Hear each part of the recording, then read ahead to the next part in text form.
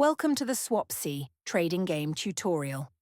The trading game is a fast-paced and engaging strategy experience designed to introduce you to the SWAPC STEM challenges. This gives greater options and utility for SWAPC and SWAPC Junior packs, and perfect for entry-level participants. It's all about having fun while getting familiar with the cards, the literacy of space, and key STEM terminology. When starting out with the SWAPC Trading Game, focus only on the gameplay itself. For this stage, you can ignore the detailed information printed on the cards. The goal here is to get comfortable with the mechanics, the flow of play, and the overall feel of the game before diving deeper into the card details in the advanced SWAPC Project challenges. In the trading game, your focus is only on the colours of the component cards. Match and collect these colours to build a complete component set.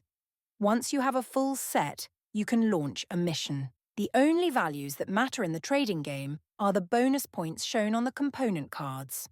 These points will add to your score once you've successfully launched a mission, and the mission values on the mission cards, which equate to points. To start, decide how many missions need to be launched to finish the game. For SWAPC Junior, or 2 players with a SWAPC pack, 2 to 3 missions makes a good game. For 3 to 5 players, with SWAPC, set the target between 3 and 5 missions. Remember, the more missions you choose, the longer the game will last, and an average game lasts around 10 minutes. For setup, add all component cards and mission cards and shuffle, and also include all of the action cards and shuffle. For SWAPC packs only, you may want to half the number of mission sensors, the grey cards as there are many, and randomly remove up to 5 mission cards. This will help speed the game up. The dealer begins by shuffling the cards and dealing 10 cards to each player face down. The dealer then flips the top card of the in-play deck to start the used deck. If the in-play deck runs out during the game, simply turn over the used deck, shuffle it without adding back any of the used action cards, and then flip the top card again to continue play. Gameplay always starts with the player to the left of the dealer. A player must always start their turn by collecting a card. If they have 10 cards or less, they can choose to steal only the first card of the used deck or collect from the in-play deck. If a player is replenishing their hand, they should draw until they have 11 cards, but only 1 from the used deck. A turn must always end with a player discarding a card. This rule must always happen. If a player has more than 10 cards as a result of an action card, they may not steal from the used deck. A player can never hold more than 10 cards and must immediately discard cards until their hand is reduced to 10. At the end of their turn, they must discard a card even if they only have one. A player in their turn may choose to do any or all of the following 3 actions.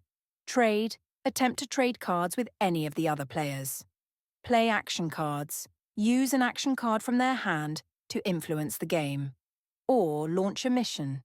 If they have a complete component set and a mission card, they can launch a mission to score points. Players can mix and match these actions in any order. Players can play as many action cards as they like during their turn, as long as they have them in hand. Most action cards must be played during a player's own turn. However, some special cards, such as emergency repairs, can be played at any time.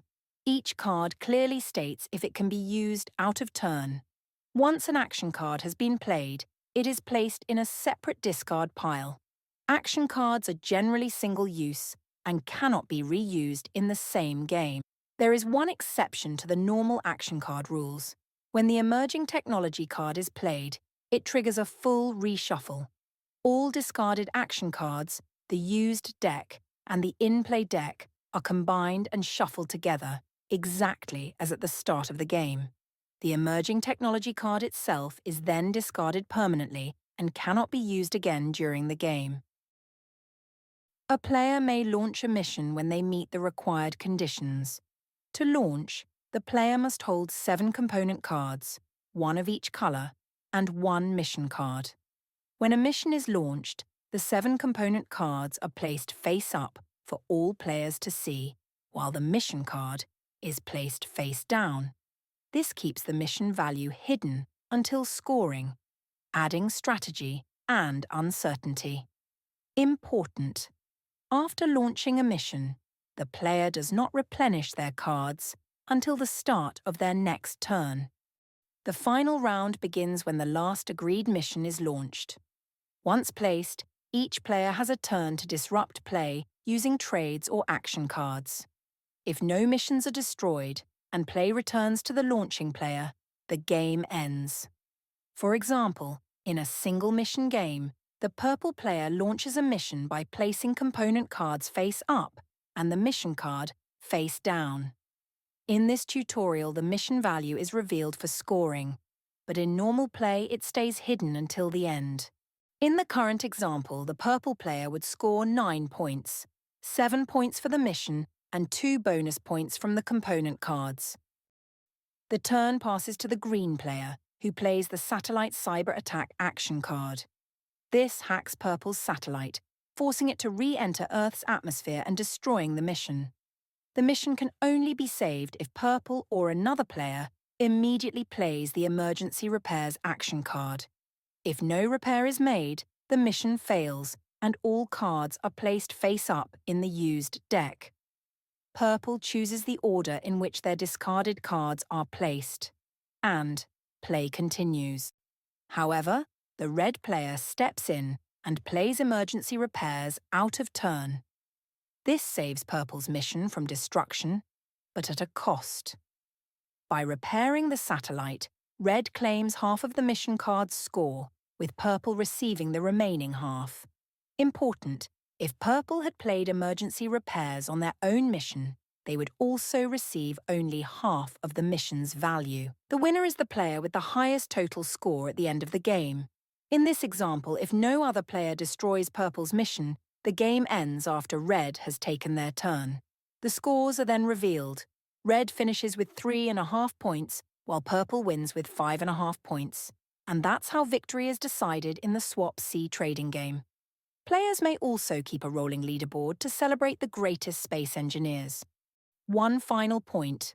If a player launches an additional mission during the final round, that launch is still valid and scored as normal. However, the game still ends once the round is complete, when play returns to the player who triggered the final round.